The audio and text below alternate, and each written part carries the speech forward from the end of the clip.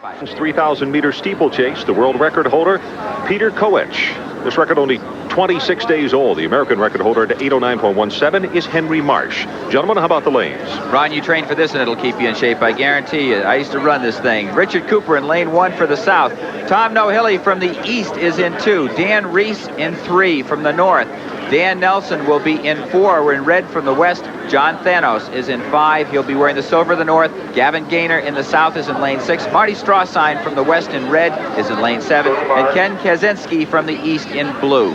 Tom Nohilly winning the NCAA title at altitude in Provo, Utah, where the time was substantially slower than any of those records, because anything over 800 meters, really 1,500 meters anymore, I guess, Larry, it's very, very tough to run at altitude. You know, I'm very impressed with Nohilly, and we'll touch on him a little bit later, but Nohilly has run an excellent 800 meters. It's amazing, that range. You rarely ever see that. Dan Nelson has got the early lead, running from the west.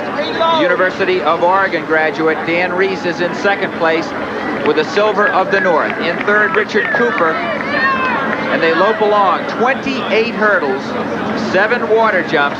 You hit one of those hurdles and it'll ruin your whole day, I guarantee you. Henry Marsh hit one of those hurdles coming down the home stretch in the '83 World Championships, and his knee blew up like a watermelon. Came back and set an American record at the time 1 week later. Henry Marsh, traditionally running from the back, he would never go into oxygen jet the first mile. That was his best way of having a chance at winning the race. He said, first 4 laps, I'm at the back. If that's what it takes, then I make my moves.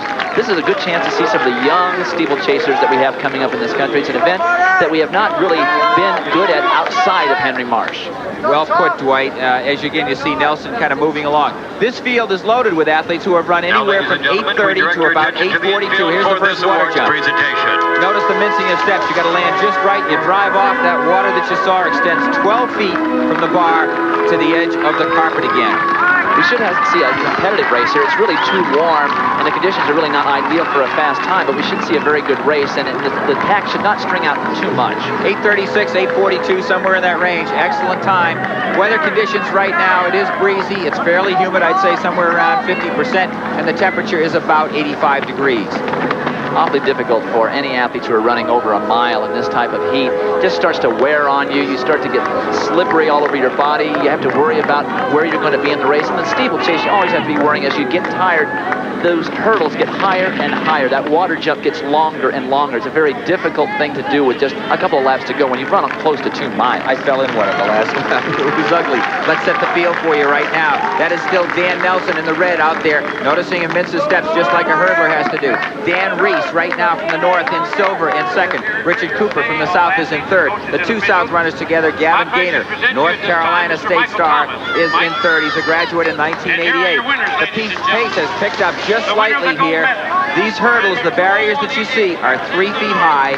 They are the same height as the intermediate hurdlers have to clear. Now, traditionally, this race at a championship, you'd get a lot of 5,000-meter runners who would drop down and had terrible hurdling technique, but still would be able to run between the hurdles very well. Case in point, Henry Rono, who held the world record for over 10 years, his record just broken a couple weeks ago, just didn't know how to hurdle, but boy, could he run fast in between. And the record that he set in 8:05:41 lasted for 11 years until just broken earlier this month. I've mentioned Nohilly to you, and so has Dwight. He's running in last place. Keep an eye on him. He's happy as Marsh is to let the pace go out and try and use his great speed on the last lap. The pace definitely has picked up here. It's hard to get a good fix for you on exactly what the story is, because they're running on an oblong track, not in the normal states. It's right now Dan Nelson in first place. University Games. Lap and a quarter to go. In the lead, running for the north, is Dan Reese. Second place, Richard Cooper. Third place is Gavin Gaynor from the south. And they are beginning to put the heat down here and pull away from the rest of the field as we come up to 1 lap to go, Dwight. Richard Cooper really looks the best. He looks the most relaxed, and his style, his form is holding very, very well. Dan Reese looking like he's struggling a little bit. It'll be interesting to see what happens where the move is made in this final lap. There you see Reese beginning to apply the pressure. I'll tell you, the guys in second and third look very comfortable here. One of the keys to who's got something left. And there goes Richard Cooper, University of Arkansas student. He just graduated. Moving into second place with him, his teammate from the south. That's Gavin Gaynor. When they clear the last water jump, they'll have about 150 meters to go. They'll be finishing on the backstretch, which is a little unusual here at the University of Oklahoma track. Richard Cooper, very smooth over that last water jump, but Gavin Gaynor makes a move with 130 meters to go. Only one more hurdle to clear. It looks as though Gaynor will be able to hold off. Gaynor in the lead, and he's pulling away from Richard Cooper, who's got second safely secured. What a fine finish. Gavin Gaynor from the south is the victor. Richard Cooper is second.